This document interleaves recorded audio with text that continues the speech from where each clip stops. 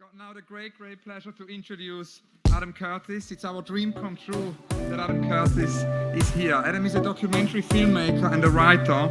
He makes political and historical documentary films for the BBC, including the Mayfair set, 99, on the rise of business and the decline of political power, The Century of the Self, from 2002, on the Freud dynasty, and the management strategies of mass consumerism, The Power of Nightmares, 2004, on the politics of fear, The Trap, What Happened to Our Dream of Freedom, 2007, on the modern concept of freedom, and most recently, I'll watch Roll on Machines of Loving Grace, 2011.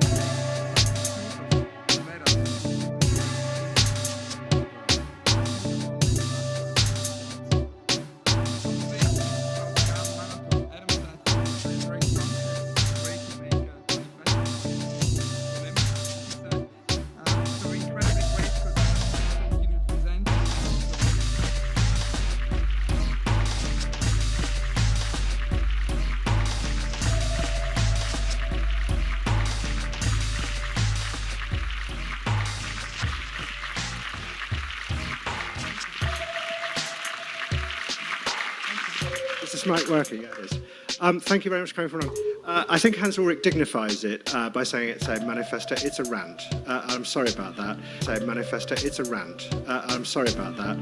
I'm just going to give you a brief introduction to it. I think all ages dreams onto nature, appreciating nature, also tend to project dreams onto nature. It's a thing that all historians will tell you, how you should organise or could organise society.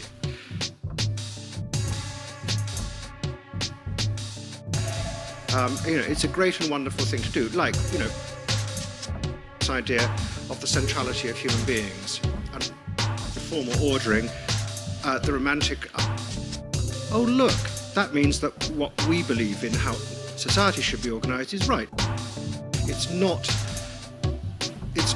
an ideology, it's more than that. But it's actually a projection onto nature. I'm sorry, I'm coming to this from a political point of view, but I do think that is a sort of, as well as appreciating nature in many other ways, that is a thing that ages tend to do. And gardens are often quite intense expressions of this. And they're about, not about just about organisation, they're about power, control. And an expression of the idea of organisation. So you have power, control.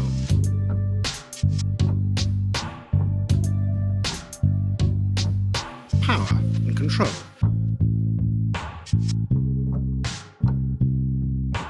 The 17th and 18th centuries, which are, they are literally designed by the imposition of Descartes' mathematical law onto nature. That was the power, ability, and control. About power, control. About states' power, state control, that's true. About creating power, control, and ideas. About power and control. About power and control. About power and control. About power and control.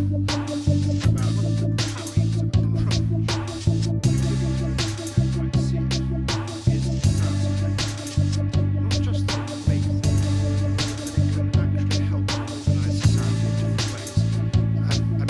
From like in the early 20th century, people like the revolutionaries in Russia, Lenin, were obsessed by the idea that electrical energy and electrical networks could help rationally reorganise the whole of, well, not just the Soviet Union, but the whole of the world, to the sort of very romantic dream that I think we're living through at the moment, which is that computer networks can actually provide a new form of ordering of the world.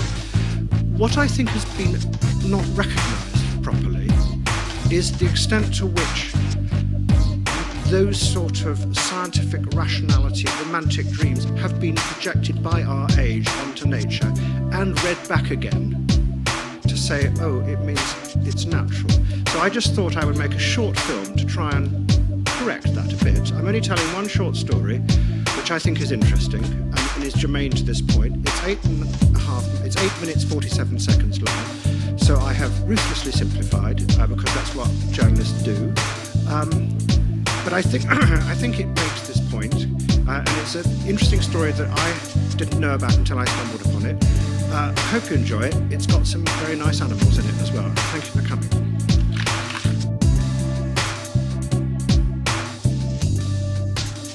Adam, thank you so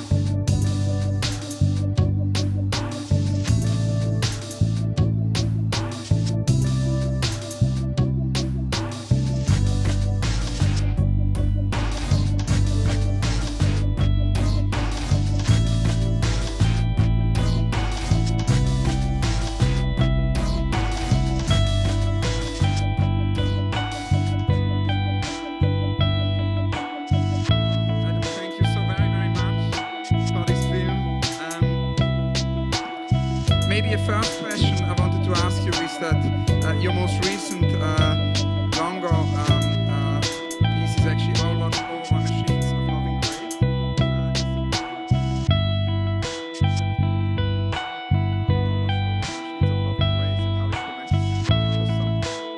Well, I mean, I started out with it, basically.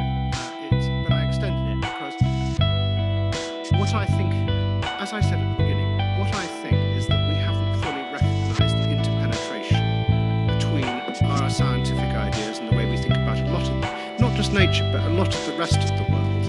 And a lot of scientific ideas originally were dynamic, but they, in a lot of sciences, they turned into sort of managerial theories of how you manage the world. And what I was arguing overall, which I was also arguing there to an extent, is that when you apply those to nature, which you can also see as a very dynamic, chaotic, dark, mysterious force, you tend to managerialize nature. I mean, what I was tempted to do, I couldn't.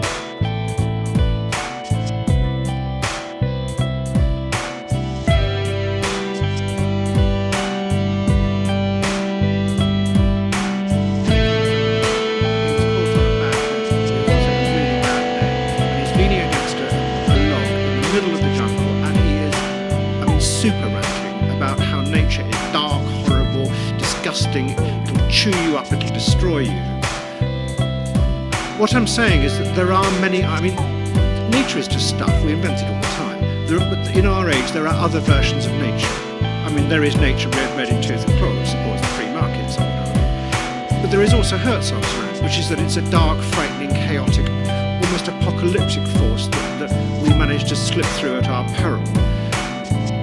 Then there is this other version of nature, which is what I was dealing with there, which is what the series is all about, which I think is a very desiccated, neutral, managerialised version of nature. And just on personal, preference, I prefer a more complicated, chaotic and mysterious view of nature. And I tend to think, partly because I just blame hippies for everything, is that that sort of we are all connected, we're one world, is an ideology. It's not a managerial truth, it's an ideology. You can love it, but you should recognise it for what it is, and that's what the series is trying to do.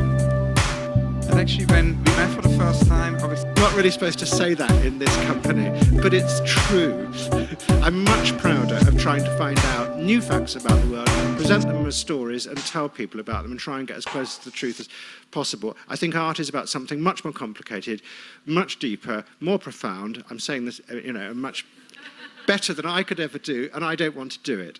Adam Curtis, thank you so very, very much. Pleasure. Thanks for coming.